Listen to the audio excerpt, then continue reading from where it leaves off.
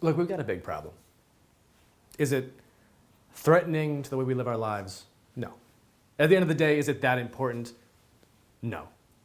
But there is something that is ingrained in our society, that is ingrained in film. Ever since I was a kid growing up wanting to be a filmmaker, something that I have always looked up to and aspired to be a part of. And that's the Academy Awards, winning an Oscar. It's something that is so important. And this year, the 91st Academy Awards are happening. They just unveiled the nominations. And I just haven't been paying that much attention the last few years. And I just don't really care when I see the winners that much the last few years.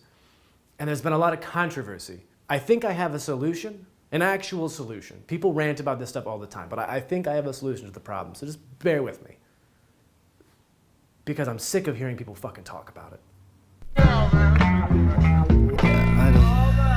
don't know what to say. Every year this kind of happens and people get really excitable about the Academy Awards. I don't really pay attention every year, but obviously this year I've been seeing a lot more movies. I've been getting kind of back into it, and I'm going to be one of those guys. I'm going to have a little bit of a rant here about this. Let's start with Vice. We talked about Vice a couple days ago, and is it a bad movie? I think it borders on one. I think it is pretentious. I think it is unfunny. I think it tries to be funny and fails, which is the worst thing you can do. And I think that's why it gets nominated at the Golden Globes as being a comedy when everybody kind of goes, oh fuck, that was supposed to be funny. We came out with a review talking about how Sam Rockwell is barely in it and how I'm a huge fan and he was just okay. And he got nominated for Best Supporting Actor. Nothing against him, but we're in like this period where it just feels like people are getting nominated because voters only watch like the trailers. Christian Bale got nominated, sure, I get that. It was a little bit repetitive, the way that he played Dick Cheney with kind of like the mannerisms, where it's like, I've got dialogue and I eat pies. You know, you pull a raging bull, you eat a few donuts, you gain some weight, and he's really good in it. Okay, cool. Congratulations, dude. But it's not that good. It's not getting nominated in every category good. It's not Best Picture good. And again, it bothers me not because I think it doesn't deserve it, but other films deserved it more. Because again, it doesn't affect my life if Vice wins an Oscar. It's one of those things you laugh about, like Shakespeare in Love winning in the 90s over Saving Private Ryan. It doesn't affect my life that Scorsese waited 40 years to win, and that for a brief period, 3 6 Mafia had more Oscars than Martin Scorsese. Sweet Christ. And when I talk about films that really deserved it more, next week we're putting out a review on If Beale Street Could Talk, and I thought it was a fantastic movie. It's why I go to the movies. And for it to be behind Vice, which is such a lazy, right in the wheelhouse of the Academy voters type of movie, it's just disappointing because it feels like if you really work hard and you put out something that's a really thoughtful and interesting piece, you're gonna get knocked off by something that makes a lot of money, like Black Panther, or you're gonna get knocked off by something that is just kind of a lazy, vague, and inaccurate recreation of a period in history, like Vice. And even Black Klansman. I mean, Black Klansman's fine. I didn't particularly enjoy it that much, but there's some good performances. It's an entertaining story, but it's inaccurate. And speaking of inaccuracies, if you want something that just really boggles the mind, Beale Street Could Talk, not nominated. Shoplifters, not nominated. Fucking Green Book. Green Book? Viggo Mortensen gets Best Actor. Mahershala Ali, the character upon whom the film is supposedly based, is the supporting actor, and a script so inaccurate by the motherfucker who wrote There's Something About Mary that Mahershala Ali had to apologize to the family of the guy he was playing. That got nominated. And let's not even get into Bohemian Rhapsody. I'm really not...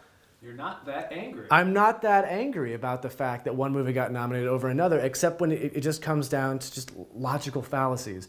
For instance, Black Panther. Okay, people loved it. It's a good movie. I don't want to argue any of that. But let's just think about this for a second. If Black Panther is so good, if magically this is the one Marvel film out of the 7 billion they've made in the last 10 years, worthy of a Best Picture nomination, isn't it kind of funny that the star, the director, who also wrote the script, are nominated for 0 awards? There's no script nomination, no directing nomination, no acting nominations. Nobody made that film great. It's just great. It fell from the sky. A great film. It's the ripple effect of last year when the Academy came out and said, well, we'd really like to do a category that's just popular films. But we all complained, and I was one of those people. And I said, Best Popular Film? That's stupid. We have to realize that the Academy Awards it's still a show they're putting on, and they want ratings, they want to draw people in, and they need to be seen as legitimate, because the last 90 years don't mean anything at this point if people don't tune in. And the only way to do that is to recognize in some capacity the films that make the most money, the films that you guys really enjoyed going out to see. And that's fine, but I think we already have a determination of which film was the most popular. It's, last I checked, called the box office. I believe they call it the box office. I think it's called the box office. The idea kind of makes sense. It's a way to appease both crowds, from your pretentious cinephiles to your everyday film goer. But when people reacted and said, oh, that's ridiculous, how could you possibly have this separate category? It's like saying it's lesser than. No, it's like saying it's different, because they don't know what their categories mean anymore. They don't know what Best Picture really means anymore. And so they had to stuff them together. And now you've got A Star is Born, Black Panther, Roma, profoundly different films. And if you said to me, is Roma the best movie of the last year? Well, I realize some of the best movies, in my opinion, of all time wouldn't fall into a category of best made films. They're most enjoyable films. Those are two different things. To say that I love a film does not mean I think a film is a great piece of art. And now these things are stuck together, and it's gonna be weird. And you've got way too many movies in this category that has no real definition. Dogs and cats are living together. It's mass hysteria. It's just a mess. And if you think that the Academy Awards really understand what they're trying to do, or that the Academy Awards really know what their identity is, or there's any consistency, think about last year. Last year was the Me Too year, it was the Time's Up year, it was the Academy Awards are woke. And then who gets an Oscar? Kobe fucking Bryant. What? No more rapists in Hollywood. Commercial break. Kobe Bryant. It's so blatantly phony. For context, there are only 4 films in history to win Best Picture without even nominating their director.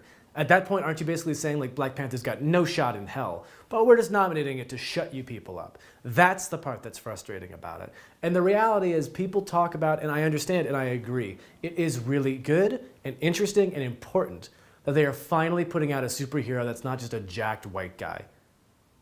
But remember, this is still a business. And don't let the awards fool you. It's not a social thing. It's all about currying favor and seeming important and seeming relevant. If Marvel thought they could get enough Nazis to come out and put out $1.3 billion at the box office, Red Skull will be the next movie you'd be seeing. It is about appearances, and it's about fiction.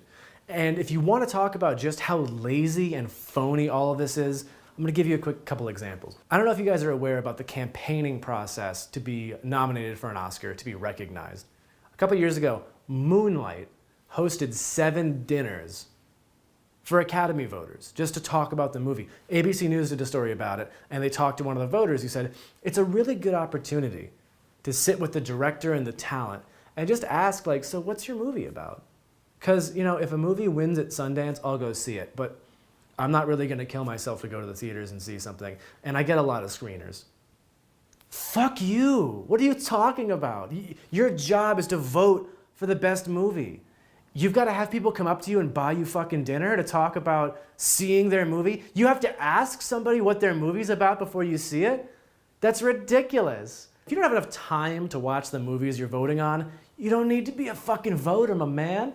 You can go fucking yourself. And here's the other thing, talking about laziness. There are 10 men nominated for Best Actor and Best Supporting Actor. Of those, 8 out of 10 of the nominees are nominated for playing characters who are based on real people. In the last 15 years, depending on how you view The Revenant, 9 or 10 of 15 Best Actor winners are nominated and won for playing real people, or characters based on real people. It's just late. Can we just call it the Ray Charles Award at this point? Because that's how Jamie Foxx got it. I just feel like at this point, it seems easier for these people because they're not really willing to watch something. I don't think that they really know what they're voting on. Like what makes a good performance? I'm telling you, man, it's people voting on movies because they've seen the fucking trailers. And they're like, oh, Sam Rockwell, I've heard he's pretty good. And George Bush, big shoes to fill. And Christian Bale is good. It's kind of one note. It's kind of the same thing over and over again. And you know what? He's gonna win. He's gonna win. I said I had a solution. What does all this mean? This is not the kind of video I typically do. It's more of me going off on a tangent. People talk about it every year. It drives me nuts.